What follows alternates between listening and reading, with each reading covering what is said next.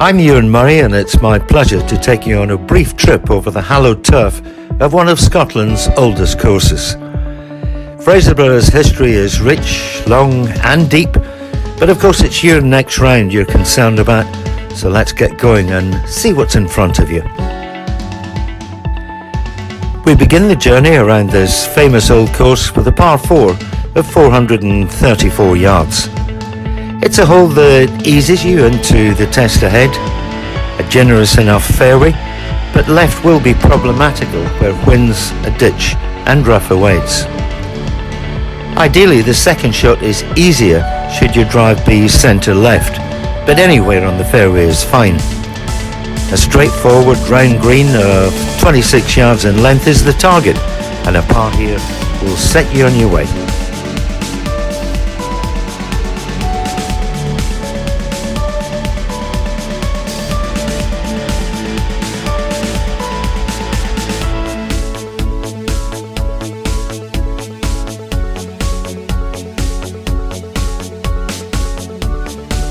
Braid's Pillow at 391 yards rises gently uphill with a fairway rather like a crumpled handkerchief. It has humps, mounds and dells. In your favour, this is the only hole on the course with no bunkers. Rather like the first, it's best to set your sights on the left-hand side of the fairway off the tee, as that will give you the best view for the approach. An elevated green requires an accurate second. Distance control is mandatory. It's not long, but it's one that demands respect.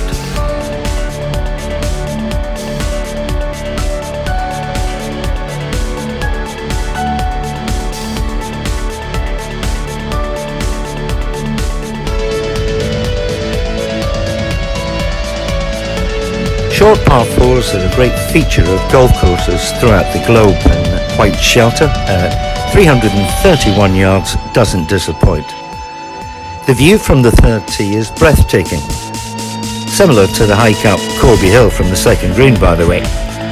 When you get there, take your time and enjoy the panoramic view. It's a vision that will stay with you when you've finished your round. If you're feeling brave, you can take this on with a driver. Many prefer a positional tee shot with an iron, but that brings the fairway bunkers into play. The green is guarded left and right with bunkers that nip perfectly into the upslope. The quality of this hole matches the vistas from the tee.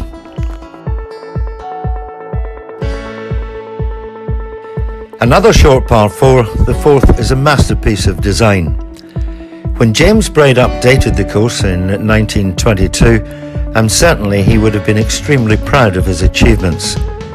Again, you can take the driver off the tee, but an iron to reach the flat before the fairway falls away is the more sensible option.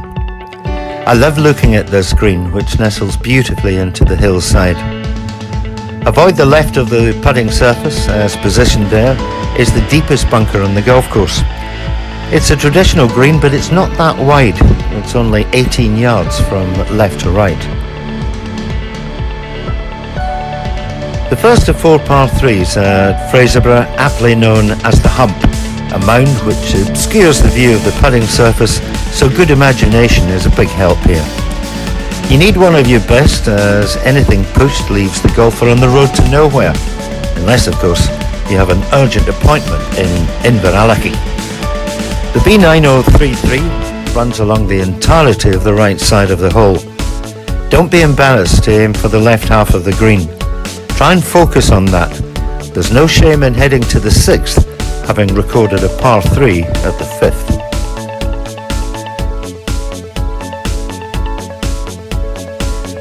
If the B9033 doesn't get any business at the 5th, it's still open for some at the first of the par 5s. The 6th, excepting the power players, is a genuine 3-shotter. Should you find the short grass, the layup is far from easy, as the fairway pinches in by the left-hand pot bunker, which is situated about 65 yards short of the putting surface. The approach requires a lot of thought. 2 bunkers jealously guard the right edge, but there are worse places to go, notably left or long. Yet it's a big green and once again features dramatic changes in elevation.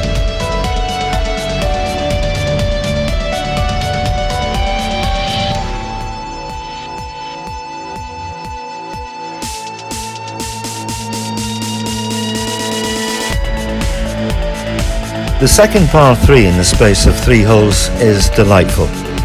At only 165 yards, it doesn't play its full distance as it's predominantly downhill. Wherever the pin is positioned, the front bunker is a good line. My advice would be to take a club that doesn't send you past the middle of the green, as the aprons slope away into a dell, right, left and beyond. The interestingly shaped green is 28 yards in depth, so quite a reasonable target for a hole of this distance. The first par 4 sends the fourth, the eighth is straight and away and measures 372 yards. It's 230 to reach the left-hand bunker, 239 yards to clear it. If you get past that, you have a good chance of a fairly level stance for the short iron approach, which is uphill. Anything weak and pushed, however, will be swallowed up by a large kidney-shaped bunker. Position off the tee is important. If you manage that, there's a good birdie chance here. The front nine closes with a cracking par 4 of 458 yards, the longest par 4 on the course. The fairway is creatively shaped around bumps and hummocks and features a solitary bunker down the left, positioned 230 yards from the very back tee. A grassy hollow frames the right side at 212. It's a hole that invites you to open up your shoulders. The easier pin would be situated in the front portion of the green. The back left changes height, therefore making club selection a prime requisite for the approach. You will have noticed through the front nine that this grand old course offers variation aplenty, and that continues at the start of the inward nine. With the ninth being the longest par 4, 10 is much shorter at just 332 yards. The ideal tee shot would be placed down the left-hand section of the fairway, for most players with an iron. Anything to the right will leave an approach going across the green. From the left, you'll be playing straight down a long, narrow strip of putting surface, so focus on that, and there is some hidden sand, by the way, short and left. With care needed off the tee at 10, the 357-yard 11th allows a more cavalier approach. The fairway is ample in size. The difficulty here is the second shot, as you see so little of the putting surface. Because it rises from fairway to green, the second always plays a little longer than it looks. 2 small bunkers are positioned to the left of the green, but shouldn't worry those who have hit the fairway. A more than decent chance of picking up a shot. The 12th, the castle, gets its name from Cairnbog Castle, which was formerly the home of Lord Salton, who was very much part of Fraserburgh's early history. The fairway looks smaller than it really is, so trust that. Right has little appeal, and many a ball that's been dispatched there was never found. The left bunker sits back and short of the green, as does the one on the right. Middle of the green here is fine. Long presents problems you do well to avoid. Fraserburgh's 13th, 341, inspired the designer of the Olympic course in Rio, where Justin Rose won his gold medal. The 9th hole there has similarities to this one. 2 bunkers are in play for the drive. I'm sure they've gotten deeper over the years as so many players have found them. I like the choices this course offers. It's another challenge you can take on, or lay up and play it as a 2-shotter. It's a wide green and one that slopes towards you, which invites a positive second shot. The next 5 holes are an exquisite collection. With 2 par 3s in the last 5 holes, the 14th covers just under 200 yards. It's called Homeward and worth taking in, like the 3rd, the wonderful views it affords. It's the start of the run for home. The prevailing wind is into off the left, but the main feature is the green, which is 3-tiered, and to snaffle a birdie here, the correct level must be found. However, a par 3 brings immense satisfaction, wherever that pin might be. The Bents at 508 yards is superbly shaped, and a solitary bunker at 250 off the tee pinches into the edge of the fairway, making the target look quite frugal. If you're to go for this in two, it's important you have the left-hand side of your drive. The last 90 yards sees the fairway meander from left to right, and only a second shot of high quality will find the green. Should you lay up, be careful with the wedge, as anything pulled or long will leave you a devil's own job of getting up and down in two. The 16th, not long, at 378, the drive required here is one of accuracy rather than length. A missed fairway will leave you awkward stances, or perhaps an escape from one of these three bunkers that are in play. Your reward for a good drive will leave you with a straightforward second shot to a green that's 34 yards in length. 16 is all about the tee shot, a fairway finder, and more than likely that will produce handsome dividends.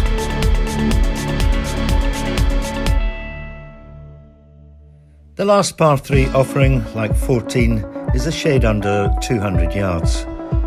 Like so many holes in this stunning coastline, good club selection is high on the wish list. Anything with too much on the tee shot will disappear over a tier that begins around 2/3 of the way into the putting surface.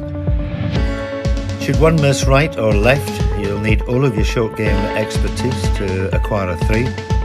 Anything short in a bunker that's enjoyed much company down the years will sadly welcome you with open arms. The final examination is a strong par 4 of 435 yards. Having come back down onto the flat, there are still some questions to be answered. There's out of bounds all the way down the left-hand side for the entirety of the hole. Should you bail out a little, the right-hand side has a collection of bunkers. Should you find one of them, the path that crosses the fairway affects your recovery. It's a welcoming green, large in size, and one that's framed by a small bunker short right, with a deeper one awaiting on the left-hand side. One of the joys of this game are the memories you take away from your visit to a course you played for the first time, or indeed the 100th time. The birdie you had there, the hole that ruined an otherwise good card. The views, the vistas, the holes that suited your eyes, the ones that scared you. The company you enjoyed, and of course the welcome you received. I hope your time at Fraserburgh Golf Club, the 5th oldest in Scotland and the 7th oldest worldwide, will stay with you for some time to come. My very best wishes and good golfing to you all.